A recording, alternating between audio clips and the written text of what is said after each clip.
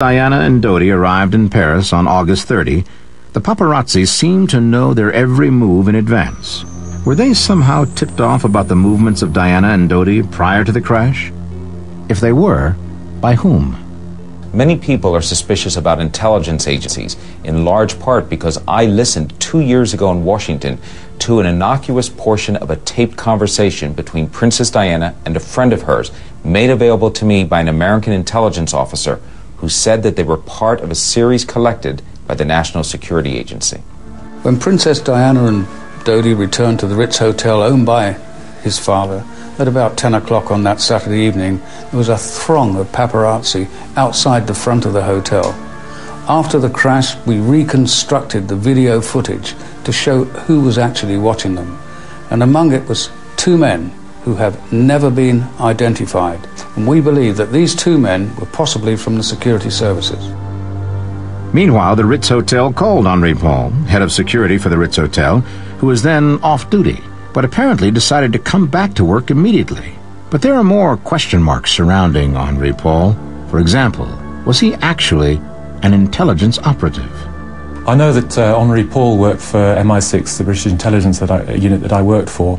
I saw his name in files in 1992 on an operation that I was working on, and he worked for MI6 right until his death. According to an American law enforcement official and an American intelligence officer, Paul spent the several hours before the accident with an officer from the DGSE, the French equivalent of the CIA. During the meeting, Paul was paid. He had about $2,300 on him in his pocket when he died. According to two American sources, he discussed Dodi and Diana that night with his French security officer.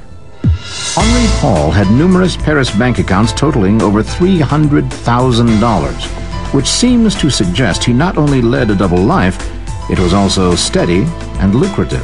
Did American intelligence officers know the movements of Henri Paul?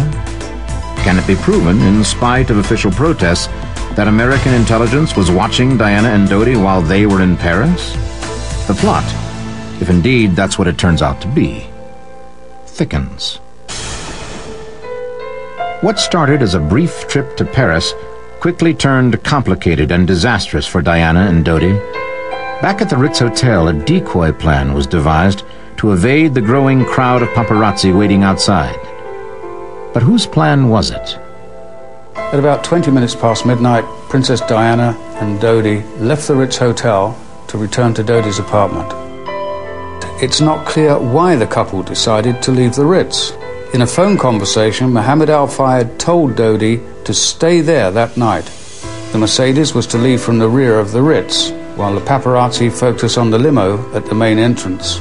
It was plain that neither Mohammed Al-Fayed nor London Security Control would have approved. Both Wingfield and Rhys-Jones confessed that they did not notify London of this ill-conceived plan, which was contrary to all outlined procedures and instructions. Curiously, instead of taking the most direct route to Dodi's apartment from the Ritz Hotel, which was up the Champs-Élysées, it is possible that agents told Paul to drive the other route alongside the River Seine. Henri Paul knew every inch of the road from the Ritz to Dodi's apartment. He certainly would not have willingly taken the Alma Tunnel route, which would have meant going away from Dodi's apartment. As the Mercedes approached the Alma Tunnel, chased by a car and at least one motorcycle, his final exit route to the right, to the Champs-Élysées, was blocked by a motorcycle, which forced him to drive into the Alma Tunnel. There was a white Fiat Uno waiting at the mouth of the Alma Tunnel, and as the Mercedes approached, the Fiat Uno edged over the center lane, forcing the Mercedes off course. At the same time, a motorcycle pulled in front of the Mercedes, and an eyewitness has said that there was a huge flash which blinded Henri Paul. The combination of speed and the blinding light, along with the intervention of the Fiat Uno, pushed Paul off course, and the Mercedes crashed into the 13th concrete pillar in the tunnel.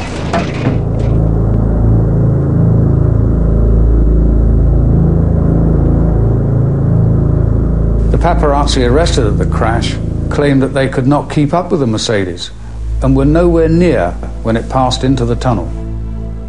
Is it possible that the motorbike and white Fiat Uno only looked like frenzied paparazzi pursuing the Mercedes, but were really agents with an entirely different purpose? When former MI6 agent Richard Tomlinson heard about the Alma Tunnel crash, it seemed eerily similar to an MI6 plot he had seen earlier designed to assassinate a political leader. I saw a plan to assassinate Serbian leader Slobodan Milosevic, virtually identical to what happened in the Alma Tunnel. It proposed using a powerful laser strobe to disorient Milosevic's driver as he went into a road tunnel in Geneva. A tunnel is a perfect place for an assassination because there are fewer witnesses. The Alma Tunnel is also ideal because there are no crash rails along the central pillars, so it's a death trap. For 2 weeks, the French authorities dismissed the idea that a second car was involved in the crash. Then finally, they admitted to finding a mysterious scratch on the Mercedes that contained paint fragments and bumper material identified as coming from a white Fiat Uno. It was our investigators, not the French police, who found the Fiat Uno. It was found in a garage in Paris and traced to a paparazzi named James Anderson. The police said they'd found debris from a white Fiat Uno in the tunnel. It was suggested the Fiat was in front of the Mercedes. The Mercedes wing mirror was found at this point, with traces of another car's paintwork and shards of a Fiat tail light. The Mercedes was thrown into the right-hand wall, then hurled across into the 13th pillar in the middle of the tunnel. The police started a massive search operation, but only questioned owners of white Fiat Unos in the Paris area. They drew a blank. But Al Fayed's detectives did better and tracked down this Fiat Uno. Its rear tail light had been fixed, and it belonged to a paparazzi. La princesse. Te voilà bien. His name was James Anderson. His past was even more mysterious than Henri Paul's. Anderson was an Anglophile with close connections to the British. According to Anderson, he was in Paris at the time of the crash, but for some unexplained reason decided to get up at 3:30 a.m., 2 hours after the crash, and board a flight to Corsica from Orly Airport in Paris. The French police and the magistrate accepted an alibi based on a simple gas receipt from Anderson, albeit that the paint and bumper samples from the white Fiat Uno matched those left on the Mercedes.